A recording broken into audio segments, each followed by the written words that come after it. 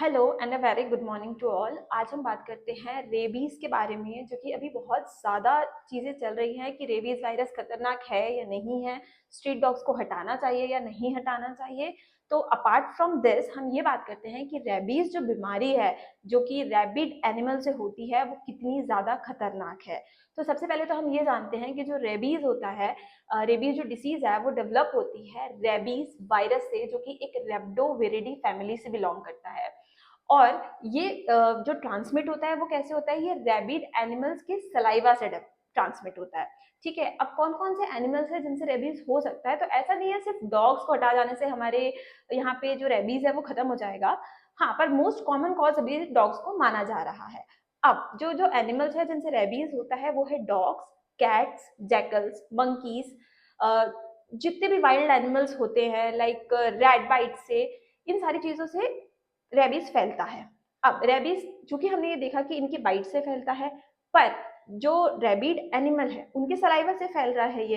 तो सपोज हमारी बॉडी में कोई भी ऐसा वुंड है और आपका कोई भी एनिमल है जो पेट है, या आप उसको जानते हैं कि ये मुझे काटेगा नहीं, पर एक लिकिंग की हैबिट होती है, जो अगर कोई ओपन वुंड है और वो एनिमल जो है वो रेबिड है, उसने उस वुंड पे लिक कर दिया, तो क्या होगा, वो जो सलाइवा था उसमें जो रेबीज वायरस था वो हमारे ब्लड सर्कुलेशन में इन्वॉल्व हो जाएगा। तो इससे बहुत इजीली रेबीज डेवलप हो सकता है। और रेबीज एक इतनी फेटल बीमारी है कि अगर इसके क्लिनिकल सिम्टम्स आ गए तो उसको ट्रीट करना बहुत ही मुश्किल या ना के बराबर है। पर हाँ, उसके प्रिवेंशन बहुत इजीली अवेलेबल है। अब हम ये बात करते हैं कि जो रेबीज है वो कितने स्टेजेस में होता है या क्या क्या सिम्टम्स लेके प्रेजेंट होता है।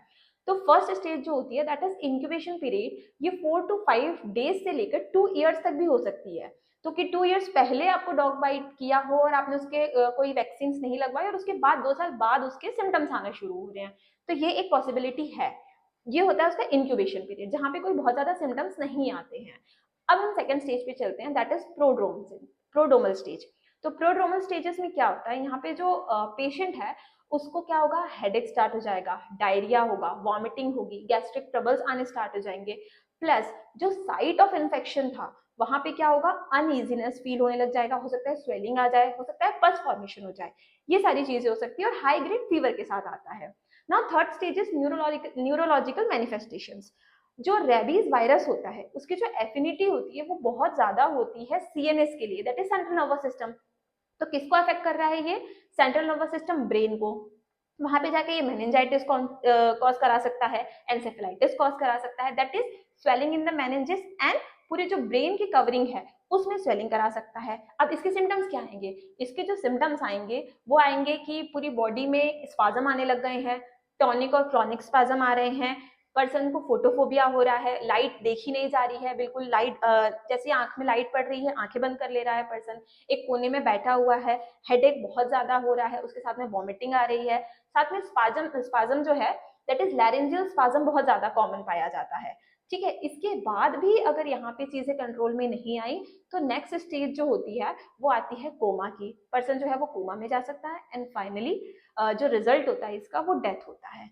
तो नेक्स्ट हम ये बात करते हैं कि जो रेबीज है उसको दूसरे एक कॉमन नेम से जाना जाता है, दैट इज हाइड्रोफोबिया। दैट इसका मतलब क्या होता है, फियर फ्रॉम वाटर। अब यहाँ पे पर्सन को पानी से डर क्यों लगने लगता है, क्योंकि जब भी वो पानी को देखता है या पानी पीने की कोशिश करता है उसको लैरिंग्स में एक बहुत ज्यादा पेनफुल स्पाजम आता है, जिसके डर से कि वो पेनफुल स्पाजम ना आ जाए वो पानी पीना अवॉइड करने लगता है। इवन वो पानी को देखता है, that is site of water, इससे भी उसको प्रॉब्लम हो जाती है और लैरेंजियल स्पाजम आ जाता है।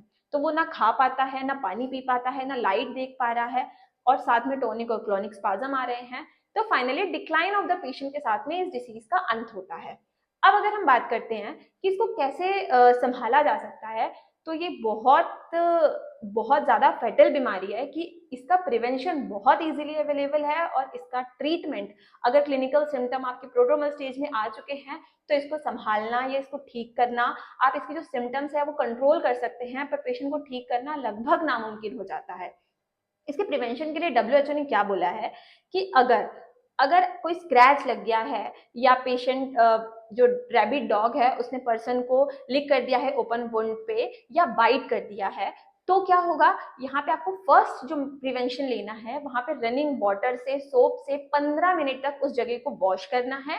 अब इसमें आयोडीन, बोविडीन जो होते हैं एंटीबैक्टीरियल, वो यूज करके भी 15 मिनट तक उसको वॉश करना है। और जो नेक्स्ट है, आपको जो नियरेस्ट आपका गवर्नमेंट हॉस्पिटल है जहाँ पे ये जो वैक्सीन है, रेबीज वैक्सीन जो है वो इजिली अवेलेबल होते हैं, वहां पे जाके वैक्सीन लगवाना है।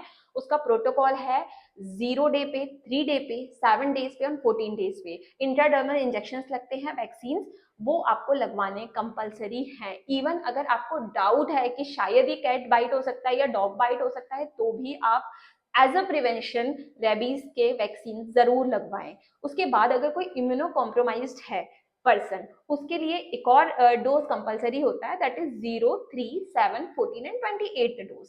नेक्स्ट, अगर आपको पहले भी वैक्सीन लग चुके हैं तो आपको सिर्फ 0 एंड 3rd डोज लेना इज सफिशियंट। तो अगर आपको थोड़ा भी डाउट हो रहा है तो प्लीज रेबीज जैसी बीमारी को कि जब सिम्टम्स आएंगे तब समझा जाएगा, ये छोड़कर कभी भी हल्के में ना लें, क्योंकि अगर एक बार इसके क्लिनिकल सिम्टम्स आ गए तो इस बीमारी को संभालना या ठीक करना लगभग नामुमकिन है। सो बी केयरफुल। Thank you.